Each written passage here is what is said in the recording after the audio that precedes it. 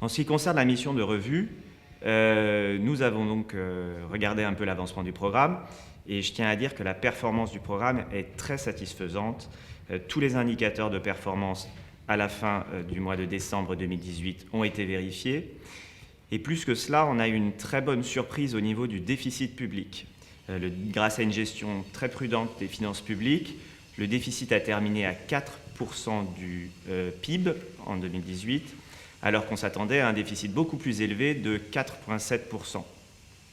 Tout cela, cette bonne performance au niveau du déficit, est en partie liée à une très bonne mobilisation des recettes du gouvernement. Les revenus et les recettes intérieures ont été particulièrement fortes et on continue de voir au premier trimestre 2019 une bonne situation au niveau des revenus. C'est en partie lié aux efforts du gouvernement de lutte contre la fraude fiscale.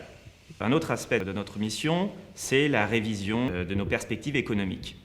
Et nous avons donc regardé de nouveau les problèmes de croissance et nous avons révisé à la hausse la croissance économique du Bénin pour 2018 et 2019. Pour 2018, la croissance que nous observons et pour 2019, la croissance que nous prévoyons est de 6,7%.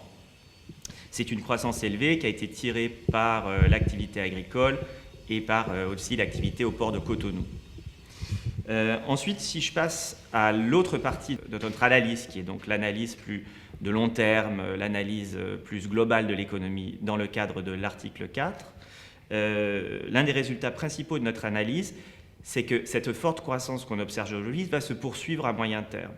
Et l'un des résultats de notre analyse, c'est que le potentiel de croissance du Bénin à moyen terme est très élevé. Il est très élevé en particulier si on compare aux autres pays d'Afrique subsaharienne et ça place vraiment, je pense, le Bénin dans le peloton de tête des pays dans la région. Les conclusions que nous venons d'entendre sont la preuve que nous sommes dans la bonne direction.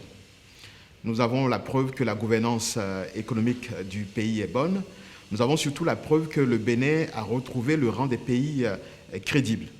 Depuis 2016, de façon continue, à chaque fois que nous affichons des prévisions, nous les réalisons et nous faisons encore mieux que ce qui est prévu.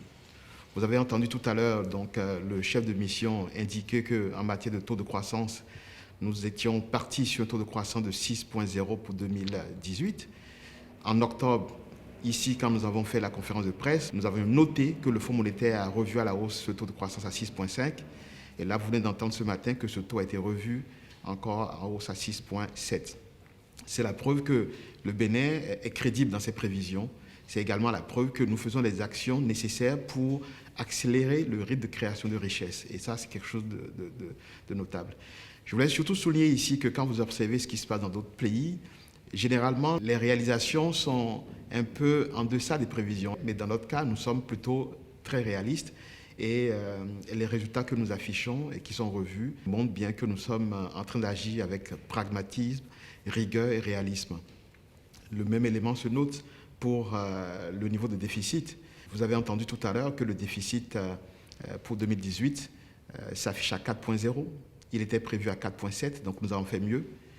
Je rappelle qu'en 2015, ce déficit était au-delà des 8%, et donc nous avions établi une trajectoire qui est très strictement suivie. Et ces 4,0 de déficit, mieux que prévu, ont été réalisés dans un contexte où nous avons fait des efforts significatifs sur les dépenses sociales prioritaires.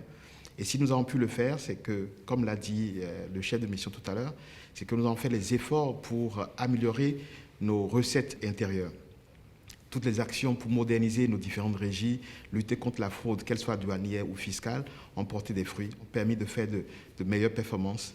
Et de l'autre côté, nous avons poursuivi les actions d'assainissement des finances publiques, mieux gérer les dépenses publiques, de sorte que la conjonction de ces deux nous permet de maintenir un rythme d'investissement tout en ayant des performances en matière de consolidation budgétaire qui sont très intéressantes. J'ai également noté que le chef de la mission a indiqué que sur la période donc, de 2019 à 2022, sur les 4 années qui viennent, le Bénin est placé donc, en tête des pays déjà de la région, UEMOA. Nous sommes les premiers en matière de rythme de création de richesses attendu pour cette période-là, puisqu'il est attendu un taux de 6,7% pour la période 2019-2022.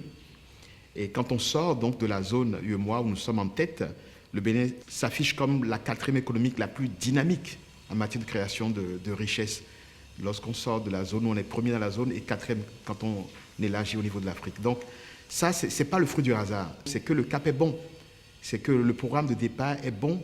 C'est que la direction fixée par le chef de l'État est la bonne. Donc la rigueur dans l'exécution de notre programme d'action du gouvernement nous permet d'avoir des résultats.